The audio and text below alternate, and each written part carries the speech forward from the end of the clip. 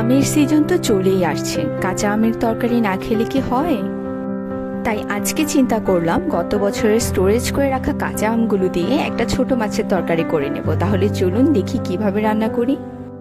কড়াইতে প্রথমে সাদা তেল দিয়ে নিয়েছি। তেলটা যখন ভালো করে গরম হয়ে যায় তখন মেথি দিয়ে নিলাম। আমরা অনেকেই চিন্তা করি যে পেঁয়াজ রসুন ছাড়া আসলে কি তরকারিতে ভালো টেস্ট আসে, কিন্তু না, মেথি জিরা এগুলো আমাদের শরীরের জন্য বেশ উপকারী এবং টেস্টেও আসে অনেকটা ভিন্নতা।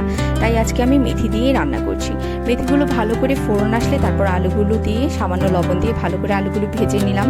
তারপর আগে থেকে গুলে রাখা হলুদের গুঁড়া, মরিচের গুঁড়া আর সামান্য ধনে গুঁড়া এটা মশলা হিসেবে দিয়ে আলুগুলোকে একসাথে কষিয়ে নিলাম। তারপর ছোট মাছগুলো দিয়ে আরও কিছুক্ষণ কষালাম। তারপর দিয়ে দিলাম হালকা একটু ঝোল। এবার ভালো করে ফুটে ওঠা পর্যন্ত অপেক্ষা করব এবং ভালো করে ফুটে ওঠার পর 2টা কাঁচামরিচও দিয়ে দিলাম। ও হ্যাঁ, আরেকটা টিপস, যে কোনো টক জাতীয় রান্নার সময় অবশ্যই খেয়াল রাখবেন মাছ এবং অন্যান্য সবজি যেন ভালো করে সিদ্ধ হয়ে যায়। তারপর টক জাতীয় যে কোনো ফল বা যা কিছু ব্যবহার করেন সেটা পরবর্তীতে ব্যবহার করবেন।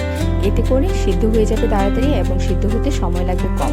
তাই এখানে আমি ভালো করে সমস্ত মাছ এবং আলু সিদ্ধ হয়ে আসার পরই কাঁচা আমগুলো দিয়ে বেশ কিছুক্ষণ ফুটিয়ে আমগুলো সিদ্ধ হয়ে যাওয়া পর্যন্ত অপেক্ষা করেছি আর তারপর সার্ভ করে নিয়েছি।